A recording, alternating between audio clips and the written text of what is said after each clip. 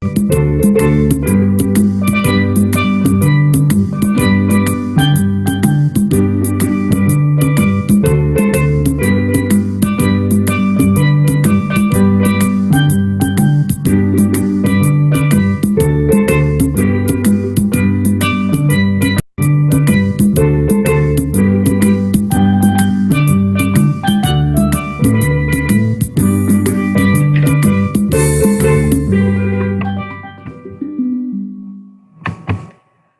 morning and great Friday, because it is Good Friday on the eve of Easter weekend.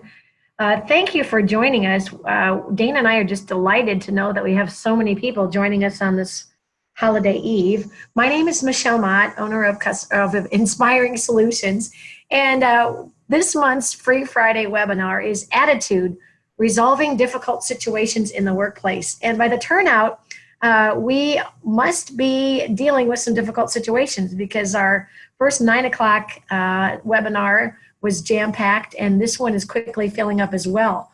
I should also let you know that for the first time, we are really expanding our technical capabilities and are going live out on Facebook. So if any of you, first of all, would be friends of ours on Inspiring Solutions, or you could be my personal friend, Michelle Mott, you could watch all kinds of, now that we know the technology, future motivation. But we also have the technology at hand, and that is using Zoom. And if you have any technical difficulties, Dana is standing by. Jot down her phone number, 515-221-2688. And if there's any technical problems on your end, she can quickly get you back.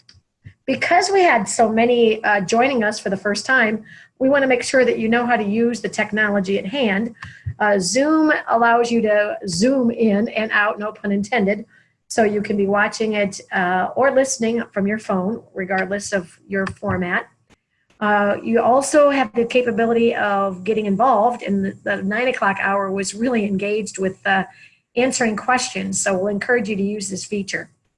At the bottom of your screen, click chat, and you can bring up a chat box to the right. Then if you would turn or change the drop-down arrow to choose all panelists and attendees, then you can type in a message, as I believe Dana did already, and then I just did. Hit enter, and instantly your message, your comments, your questions are seen by all. For audio settings, if you don't have audio on your computer, you can always call into the phone number. So those of you that are listening by phone, I'll be reinforcing what I'm showing on the screen. So let's talk about, first of all, why we do these monthly webinars. It's our way to gift you with some monthly motivation, also to expose you to one of our inspiring programs and products. This month, we have chosen to give you an understanding of how negativity impacts the workplace by previewing our new attitude training video and materials. The education includes a variety of different exercises, and we'll take a look at some of them, ultimately to teach you how to use a 5-step process when dealing with a difficult attitude. Now, the focus is typically on the workplace, but if you're dealing with a difficult attitude at home, by all means, we empower you to use the advice. Materials that were sent out to you include a handout packet that has a variety of different worksheets that we're going to be looking at and using most of the time. Secondly, we have just completed the rest of our webinar schedule, so there's the full 2019 schedule. We also have a special invitation to you to become certified in our attitudes in the workplace as a part of being on this webinar. So we'll be talking about that towards the end. And then after you log off the webinar, you will be asked by us, Inspiring Solutions, to fill out a brief survey to offer comments to improve the process, as well as topics for our future 2020 webinar series. So like I said, we are now doing these 30 minutes at the top of the hour, 9 o'clock, 10 o'clock, and again at 11 o'clock Central Standard Time at no cost. It's a great way for us to offer to our clients, prospective clients, our friends, our family, And we encourage you to pass along the schedule to anyone who you think would enjoy it. And from the schedule, you'll see that we have 3 guest presenters that are going to be joining us during the second half of the year. And we couldn't be more delighted that they took us up on our invitation. So as an overall comprehensive training program, the Attitude Video Training Kit has a variety of different exercises to do as either a half day, full day, or you can even take out different sections. And there's a variety of different objectives that you can see listed here on the screen. Everything from learning how to describe a bad attitude, to learning that 5-step, to also adding an emotional intelligence component. We were asked to think about how do we help others start to change their own attitudes. And so we have created several different exercises to help you think from the difficult attitudes perspective and start to recognize why might you have some negativity and start to change some of those thoughts so that if you might be that difficult person, to stop thinking that way. So from a basic introduction, we talk about how attitudes are communicated. And it's basically words, 7%, 38% tone of voice, which is not what you say, but how you say it. And then there's also the largest component from not what we say, but from what we do. So to take this one step further, we have an exercise that asks people to describe those bad attitudes. We don't want names, but we'd like us to find out what it is that they actually say. Responses include, no way, I can't do that. Don't blame me. That's not my job. That won't work. I don't have time. Whatever. I don't know, and I don't care. A lot of times these bad attitudes use N apostrophe T's to help get them or negate them from responsibility. And then, yeah, right. So those are the words. Secondly, how do they sound? And many of you may have heard me use different types of tones. They might sound angry or defensive or bitter, or the whiny attitude who always complains about something. They might be loud or abrupt or rude or sarcastic. Sometimes they sound tired or bored with a monotone pitch. And then sometimes they don't say anything at all. By the way, are any of you managers on this call? You can, in fact, document, coach, counsel, and even terminate an employee on grounds for bad attitudes, because you can hear them like you just described, and you can also see them. Here's what they do. They frown, they point fingers, placing blame on someone else. They cross their arms. In fact, this one is oftentimes misunderstood because you might cross your arms because you're cold or it's just comfortable. Bad attitudes might walk away from a situation. They might look down because they're afraid you might call upon or ask them to do something. Like I said earlier, they're bored or they're tired. You're not quite sure if they got any sleep the night before. They do the classic eye roll as they say some snide comment under their breath or to someone sitting next to them. They give you this blank stare. You're not quite sure if they get it or if they're confused or if they're just really trying to understand what you're telling them. And therefore, it makes it very difficult to try to confront and even understand these bad attitudes. But that's first and foremost what you need to understand is what does a bad attitude say, sound like, and do. The next part is actually an exercise. I want you to turn into your workbook packet to about the 3rd page in, and it's called Pre-Video Discussion. These are some of the example of exercises that are included in the training kit. So the first question, and I'll encourage you if you want to use the chat box to chime in. How do you feel or react around people with bad attitudes? You might feel frustrated. You might feel helpless. You might feel angry. Could be some of your responses. Secondly, what are some of the unhealthy or improper ways to deal with a difficult person? You might get sucked into their negativity. You might get angry.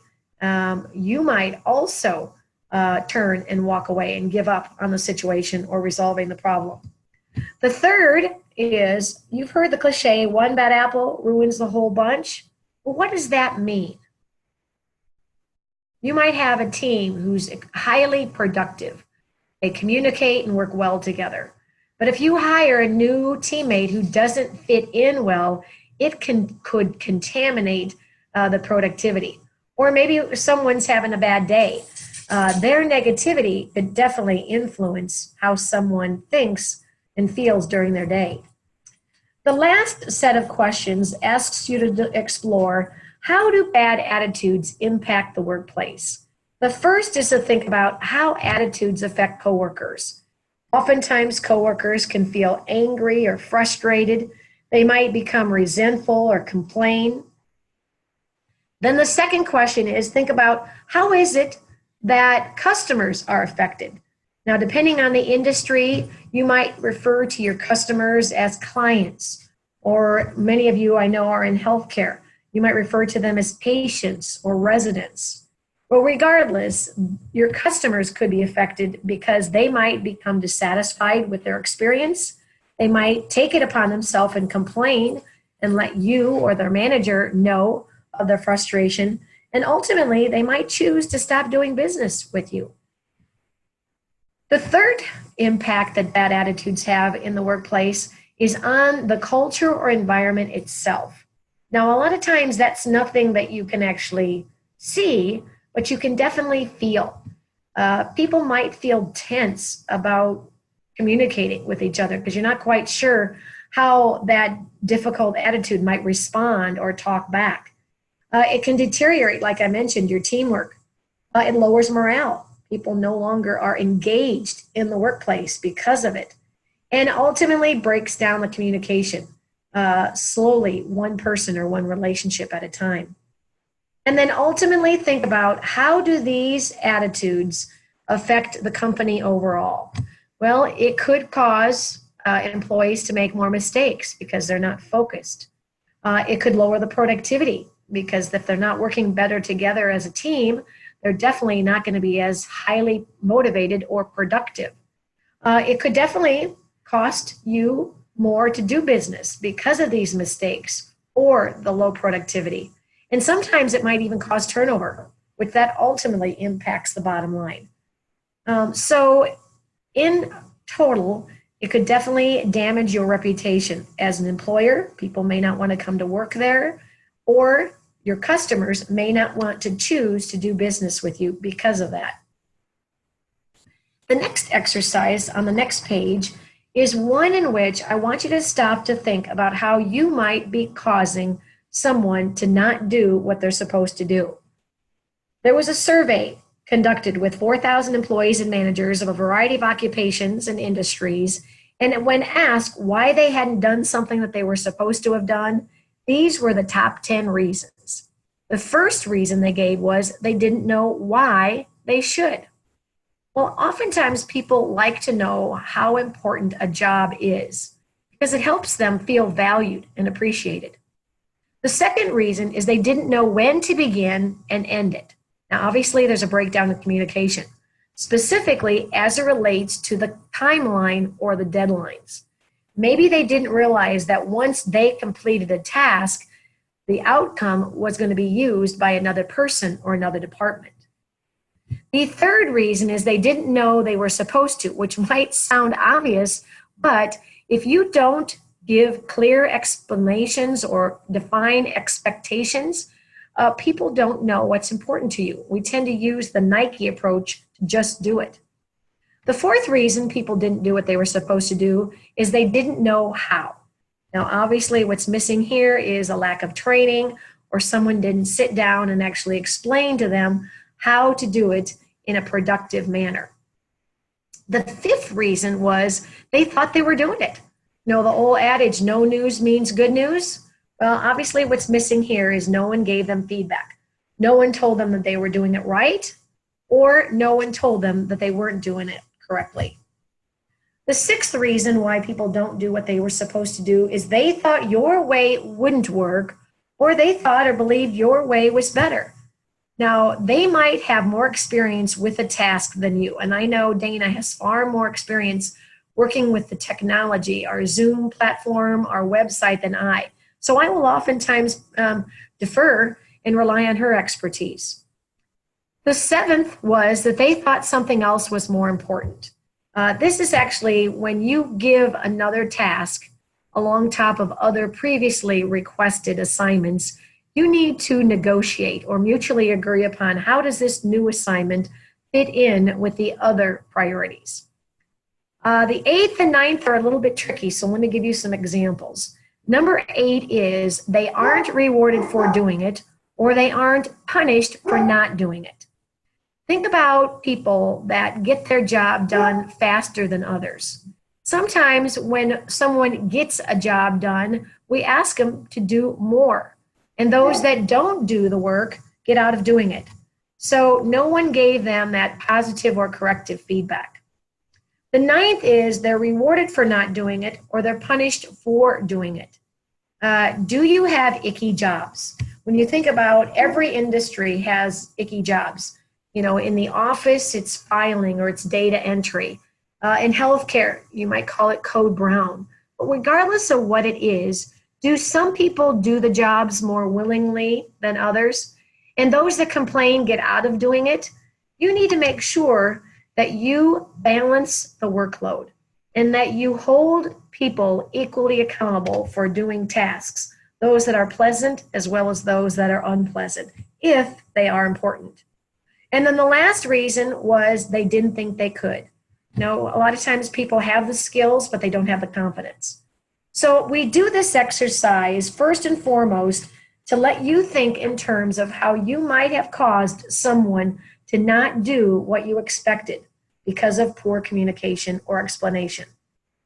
Now, before I share with you the video, I'm going to give you an overview of how we have set up the Attitude Training Program. We have actually created 4 different vignettes. So you don't have to watch all 4, and we're just going to choose one to show you today because of time. But the idea is that each vignette is a self-contained storyline that illustrates a problem and then illustrates how the 5 steps on the next page are used. For instance, the first vignette is about an employee who confronts a know-it-all boss. The second is a supervisor who confronts an employee who is not a team player. The one we're going to show you today is where actually an employee confronts a fellow coworker because she's not confronting change. And then the last is the whatever coworker. This illustrates how somebody who takes a whatever attitude can truly stalemate a project. I must apologize if you're hearing my dogs bark in the background. It's a beautiful day here in Des Moines, and I think they must see other dogs walking by and they're jealous.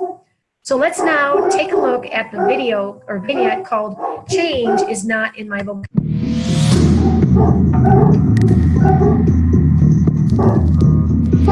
Every once in a while, I run into one of those people that think that change is a 4-letter word. They get so wrapped up in their own way of doing things that they can't, or won't, see that there might be a better way. Liz, got a minute?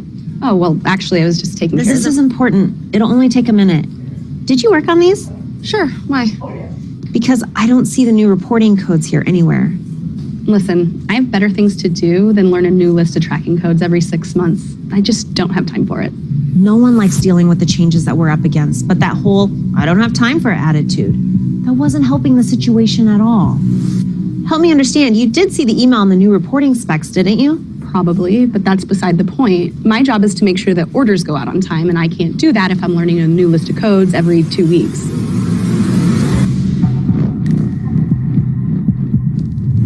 When you're dealing with someone who has the flexibility of a fence post, we're talking about deep-rooted feelings. And sometimes the most we can do is offer a new perspective. You know, give them something to think about and then hope for the best. And then we need to focus on regaining a positive attitude for ourselves. Look, maybe it would help if I had a better understanding of what the issue is for you. Do you want to know? First of all, we'd redo everything. All of the customer invoices. And that took 2 weeks. And then they changed the tracking codes for no good reason. And good luck trying to get everyone to do it the same way. I get it. We're all under a lot of stress with these changes. She's always liked things just so, but now, none of us could do anything right. I know how you must feel. These changes are huge, but they're really important for improving our customer satisfaction. But there was nothing wrong with the way we did it before. And who's to say that they won't decide that this doesn't work and change it again? Well, I guess there are no guarantees, but they've invested a lot of money in making sure our data is accurate and valid. And really, the new codes aren't that bad after you've used them for a while. Maybe for you. I'd be happy to show you how I keep them straight. There's a couple little tricks that I use. Fine. When I get a spare day or two, I'll let you know. But right now, I have to go to a meeting. Liz, listen, this really is important. I know it's frustrating, but is there anything I can do to help? I doubt it. But I appreciate the offer. Sure. Well, let me know if you think of anything. I will. I really do enjoy helping people.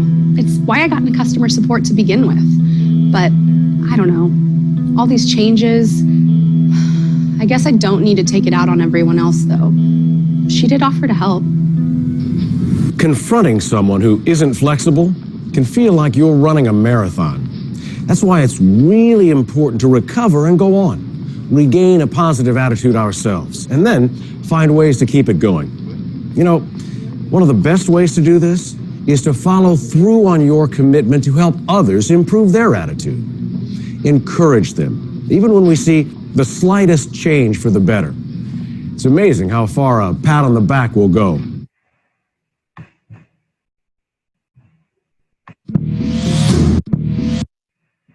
All right, so now what we want to do is let you know something that's really been exciting. We've worked so closely with SOLA Interactive through the years that they allowed us to also produce a healthcare version. So if any of you working in hospitals, clinics would like to take a peek, just let us know, and I'd be happy to send you a preview of that version with complete scenarios healthcare related. So let's take a look at and preview the 5 steps for resolving a difficult situation. On the next page in your handout, if you're following along, fill in the blank. Step number 1 is to determine your involvement. You need to decide whether or not you're going to confront or sit down and talk with this person. If you do, you move on to the next question or next step, and that is to understand where they're coming from. You know, the key here is to avoid making any assumptions, because you know what happens when we assume. Once you know the facts and you still want to make a change, step number 3 is to influence their attitude. And there's several different approaches. One is to let them know how you feel, because sometimes they may not be aware that you are feeling frustrated or disappointed. You could also explain possible consequences. In the workplace, you probably have a progressive discipline policy, so that might take you into the discussing the alternatives. And then the 4th step would be to resolve the problem. The purpose of this step is to make sure that you clearly communicate and define future expectations so that the problem doesn't reoccur. And then finally, recover and go on.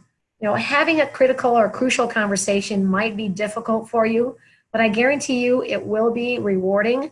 You don't have to like the person that you're working with, but if you can accept them for their situation or their challenges and know that you chose to coach them, it's going to help you regain that positive attitude and move on. Then you'll see on the worksheet that people then write their own case study, and we actually do role playing in the workshop. But remember this, people do things for their reasons, not yours. If you help people solve their own problems, then you will actually be more pleased with their performance and productivity. People don't care how much you know until they know how much you care. So the last exercise I wanted to expose you to is a fun exercise that kind of puts everything together towards the end of the workshop. It's called Strategies for Turning the Bad Apples into Good Apples, because we believe everyone is good to some degree. They don't intentionally set out to be difficult. So what we do is we introduce 13 different characters that have unproductive attitudes. And we don't mean to imply that anyone you know, Brad, is bored, but we have changed the names to protect the guilty.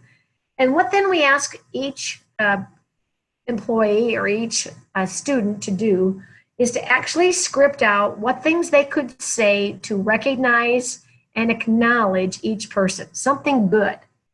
Then the next column is to think about something that they could ask using open-ended questions. Questions that start with who, what, when, where, why, and how. And then what is it could you do to restructure their job or give them a better sense of engagement? So I'm just going to preview the different characters. There's Brad Board, there's Carol Complainer, there's Gregory Gossip, who spends more time talking about others, Betty Busywork, who's busy doing things but not productively. There's Roger Rigid, who hates change. 6 is Victoria Victim, who takes on the world and takes upon herself to use every excuse to not do something because she's not feeling up to it. The classic William Whatever, very empathic, not a care in the world. Lisa Lazy, who really doesn't engage in helping her teammates. There's Doubting Thomas, who doubts that something new could improve the workplace or productivity. Lots of jealousy in the workplace. Jill is one who spends more time comparing herself with others than to think about what she could offer or how she could get involved. There's Worry Walt, who worries about everything, and many of which is out of his control. Number 12 is Betty Backstabber, who oftentimes takes great joy in criticizing or putting other people down because she has low self-esteem. And then finally, there's Timid Tim. Timid Tim has lots to offer, but maybe is shy or reserved and really just needs to be encouraged. So those are ways that we can help you identify with and then ultimately, hopefully, change the not only attitudes, but the actions of difficult people in the workplace. If you have an interest in bringing this course to your organization, you can do it in one of two ways. One is you can invite us to come in and we'd be happy to do so.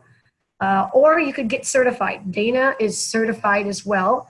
And in the certification, there's actually 2 different courses that you would be certified in.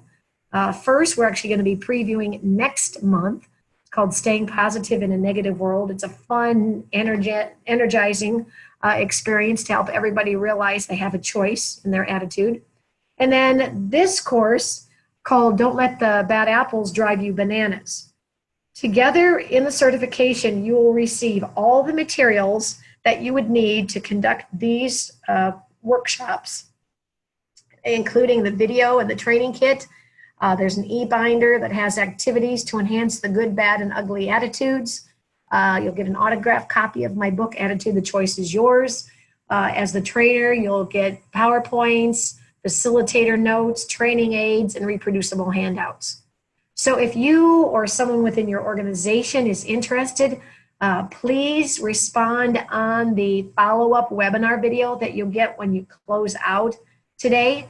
It's done by a webinar, unless your organization has multiple people that you would like to get trained, and we could definitely look at coming on site. But it's done as 2 3-hour webinars. We set the date when we have 5 people register. And being a part of this webinar today, you will receive a $100 discount off the cost of $9.95, which really is just the cost of the materials. So it's for your cost only. We also want you to join us in future webinars. And like I said, Dana's got the rest of 2019 scheduled. So next month, we are going to do the Staying Positive in a Negative World. In June, Teams That Care. And then from July to December, you'll see that we have sprinkled in some guest presenters, and we couldn't be more delighted with them accepting the invitation. Like I said, we want and need your feedback. After you close out of the Zoom webinar, you'll be asked to complete a brief survey from us. Please give us your comments. Like I mentioned, the webinar special this month is $100 off the Attitudes in the Workplace certification. So with that, Dana and I thank you all for joining us today, and wish you and your family a very blessed holiday weekend. Happy Easter, everyone.